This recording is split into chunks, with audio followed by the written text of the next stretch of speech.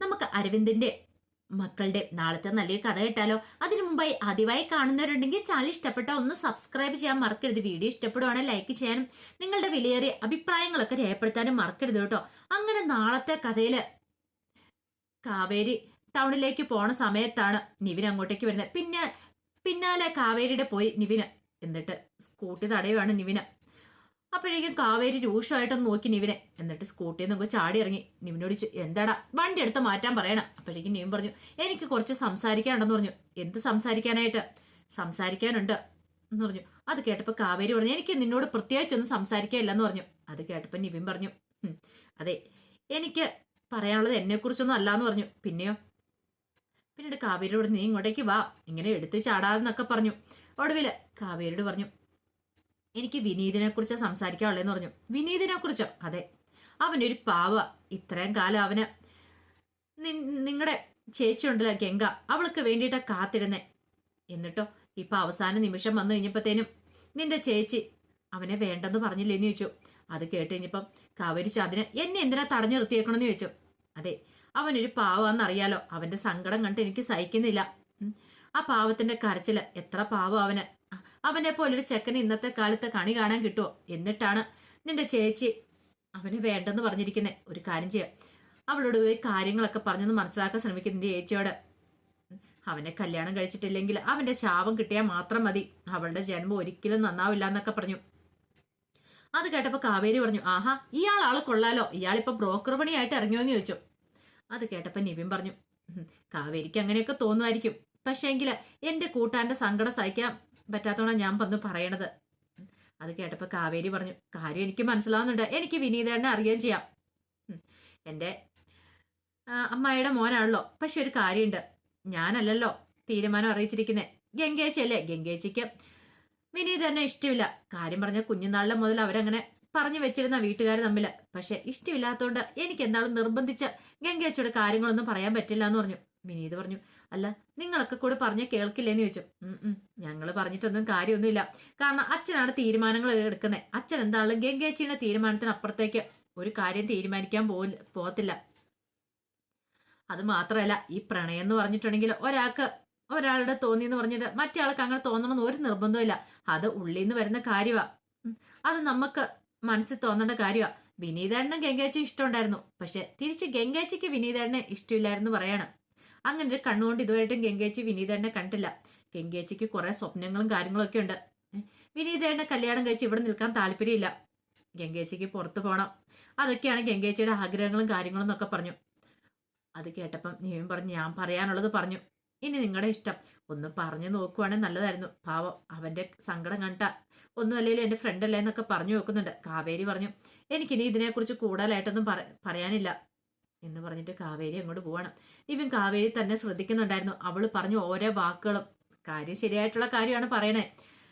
വിനീതിന് അങ്ങോട്ടേക്ക് ഇഷ്ടമുണ്ടെങ്കിലും തിരിച്ച് ഗംഗ അതുപോലെ സ്നേഹിക്കണം നിർബന്ധമൊന്നും ഇല്ലല്ലോ.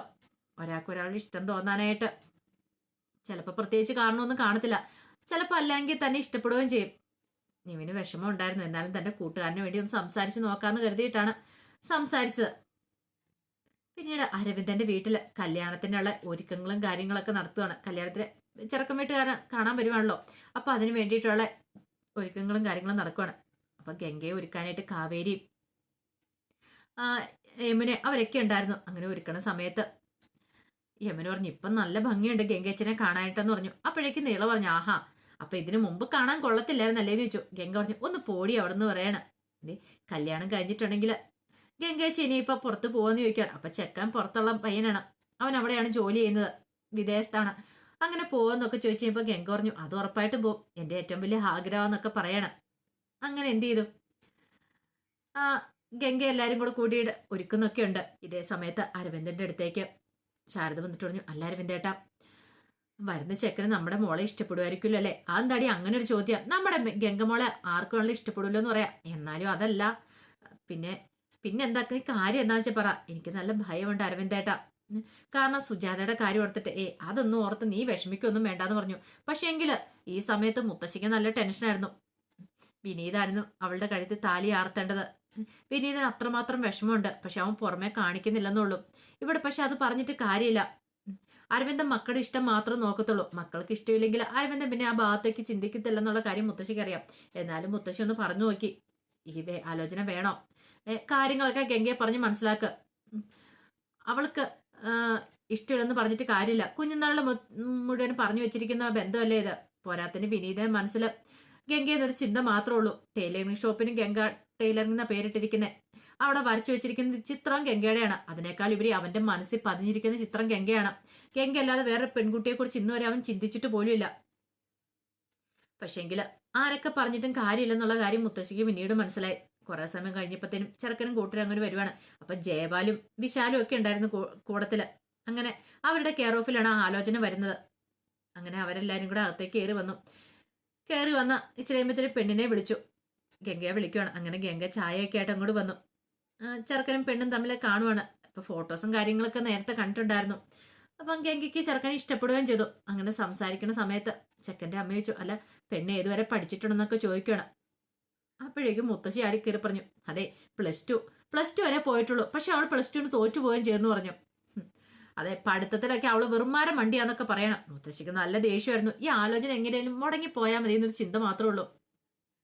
അരവിന്ദൻ പറഞ്ഞു, അതെ പ്ലസ് ടു കഴിഞ്ഞാന്ന് വെച്ചിട്ട് അവൾക്കൊരു തൊഴിലുണ്ട്. അവൾ നന്നായിട്ട് തയ്ക്കുമെന്ന് പറയണം.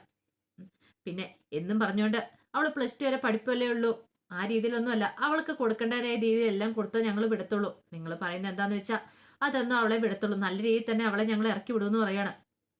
അങ്ങനെ അവര് പരസ്പരം സംസാരിക്കുകയൊക്കെ ചെയ്യുന്നുണ്ട്. പിന്നീട് പെണ്ണിനും ചെക്കനും എന്തെങ്കിലും സംസാരിക്കാനുണ്ടോ എന്നൊക്കെ ചോദിച്ചു.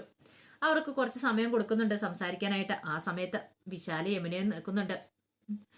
യമുനയെ നോക്കിയിട്ട് പറഞ്ഞു, ഇങ്ങോട്ടേക്ക് പുറത്തേക്ക് ഇറങ്ങി വരാൻ പറയണം. യമുന പറഞ്ഞു, ഇല്ലാന്ന് പറഞ്ഞു കണ്ണും കൊണ്ട് കാണിക്കുകയാണ്. ഒടുവില് വിശാല് പുറത്തേക്ക് ഇറങ്ങി. അപ്പോൾ യമുന ഇറങ്ങി ചെല്ലുവാണ്. വേറെ നിവൃത്തിയില്ല. ഇറങ്ങി ചെന്ന് കഴിഞ്ഞപ്പോഴത്തേനും വിശാല് പറഞ്ഞു, ഇനി നമ്മുടെ കല്യാണം എന്നാന്ന് ചോദിച്ചു. എന്ത് കല്യാണം? പിന്നെ ഇനിതേ എന്റെ മൂത്ത കാവേരേച്ചി ഉണ്ട്, അതറിയത്തില്ലെന്ന് ചോദിച്ചു. ഉണ്ട്, എത്രയും പെട്ടെന്ന് എല്ലാവരുടെയും കല്യാണം കഴിഞ്ഞാൽ മതിയായിരുന്നു. അങ്ങനെ ആയിരുന്നെങ്കിൽ നമുക്ക് രണ്ടർക്കും ഒന്നാവായിരുന്നല്ലോ എന്നൊക്കെ പറയണം. ആ സമയം യമന് പറഞ്ഞു, അതിന് ഇനി എന്താണുള്ള സമയമുണ്ട്, എടിപിടിയൊന്നും നമ്മുടെ കല്യാണം നടക്കാൻ പോകുന്നില്ലെന്ന് പറഞ്ഞു. അതുകൊണ്ട് എന്റെ മോൻ കുറച്ചു കാലം കാത്തിരുന്നേ മതിയാവുള്ളൂ എന്നൊക്കെ യമന് പറയാണ്. ഇതേ സമയത്ത് സുജാത എന്ത് ചെയ്തു, എങ്ങനെയെങ്കിലും ഗംഗയുടെ കല്യാണം മുടക്കിയാൽ മതിയാവുള്ളൂ. അങ്ങനെ തന്റെ മോനെ വേണ്ടെന്ന് വെച്ചിട്ട് അവള് സുഖിച്ച് അങ്ങനെ പോയി ജീവിക്കണ്ട, അവളുടെ കല്യാണം നടക്കണ്ട എന്നൊരു ചിന്തയായിരുന്നു. സുജാത അവിടെയുള്ളൊരു ചേച്ചിയുണ്ട്, ലൂസിയമ്മ എന്നുള്ള ചേച്ചി. ആ പുള്ളിക്കാരത്തെ വിളിച്ചു. ആ പുള്ളിക്കാരത്തി നാട്ടിലിത്തിരി ഫേമസ് ആയിട്ടുള്ള പുള്ളിക്കാരത്തിയാണ്. കാരണം ആരോടും എന്തും പറയാനായിട്ട് തന്റെ ഇടമുള്ള സ്ത്രീയാണ്. അങ്ങനെ അവരെ വിളിച്ചോണ്ട് വന്നിട്ട് അവർക്ക് കുറച്ച് പൈസ എടുത്തു കൊടുത്തു. എന്നിട്ട് പറഞ്ഞു, ലൂസിയമ്മ ചേച്ചി ഞാൻ പറയുന്ന പോലെ എനിക്ക് ചെയ്തോണെന്ന് പറഞ്ഞു. ചേച്ചിക്ക് അറിയാലോ എന്റെ വിനീത് കുഞ്ഞുനാളിലെ മുതൽ ആഗ്രഹിച്ചിരുന്ന ഗംഗയെ. എന്നിട്ടിപ്പോ അവൾക്ക് ഇത്തിരി പണവും പത്രാസും ഒക്കെ അവളുടെ അച്ഛനെ വന്നു കഴിഞ്ഞപ്പോ എന്റെ മോനെ വേണ്ട. അതുകൊണ്ട് ചേച്ചി ഒരു കാര്യം ചെയ്യാം, ഈ വിവാഹം എങ്ങനെയെങ്കിലും ഒന്ന് മുടക്കി തരണമെന്ന് പറഞ്ഞു. ഇത് കേട്ടപ്പോൾ ലൂസിയമ്മ പറഞ്ഞു, അതാണോ, അത് ഞാൻ ഏറ്റെന്ന് പറയണം. അങ്ങനെ എന്ത് ചെയ്തു, അവര് പണവും മേടിച്ചോണ്ട് പോയി. എങ്ങനെയെങ്കിലും ഈ വിവാഹം മുടക്കണം. അപ്പൊ അതിന് വേണ്ടിയിട്ടാണ് പണവും മേടിച്ചോണ്ട് പോകുന്നത്. ഇതേ സമയത്ത് പെണ്ണിന്റെ വീട്ടില് കുറച്ച് സമയം സംസാരിച്ചൊക്കെ ഇരുന്നിട്ടാണ് ചെറുക്കൻ കൂട്ടരൊക്കെ അങ്ങോട്ട് മടങ്ങുന്നത്. അങ്ങനെ അവര് മടങ്ങുന്ന വഴിക്ക് അവരുടെ വണ്ടി തടഞ്ഞു നിർത്തുന്നുണ്ട് ലൂസിയമ്മ തടഞ്ഞു നിർത്തിയിട്ട് ഗംഗയെ കുറിച്ചുള്ള കുറ്റങ്ങളൊക്കെ പറയാനായിട്ട് തുടങ്ങുകയാണ്. കാരണം ഗംഗയുടെ പോക്ക് ശരിയല്ല, അങ്ങനെ ഇങ്ങനെ എന്നൊക്കെ പറഞ്ഞ് വിനീതമായിട്ടുള്ള അടുപ്പത്തെക്കുറിച്ച് കാര്യങ്ങളൊക്കെ. അടുപ്പമില്ല എങ്കിൽ പോലും കല്യാണം മുടക്കാൻ വേണ്ടി അങ്ങനെ പറഞ്ഞില്ലേ മതിയാവുള്ളൂ. എങ്ങനെയെങ്കിലും കല്യാണം മുടക്കണമല്ലോ. അപ്പൊ അതിനു വേണ്ടിയിട്ട് അവരങ്ങനെ ഈ കല്യാണം മുടക്കാണ്ട് ശ്രമിക്കുന്നുണ്ട്. അതിന്റെ വിശേഷങ്ങളൊക്കെ നാളെ നമ്മൾ കാണാനായിട്ട് പോകുന്നത്. എന്തായാലും കല്യാണം നടക്കില്ലയോ എന്നൊക്കെ കണ്ടറിയണം. അപ്പൊ അതിന്റെ വിശേഷങ്ങൾക്കായി നമുക്ക് എല്ലാവർക്കും കാത്തിരിക്കാം കേട്ടോ. ഒരിക്കൽ കൂടി എല്ലാവർക്കും ശുഭരാത്രി നേർന്നുകൊണ്ട് നിർത്തുന്നു. നന്ദി.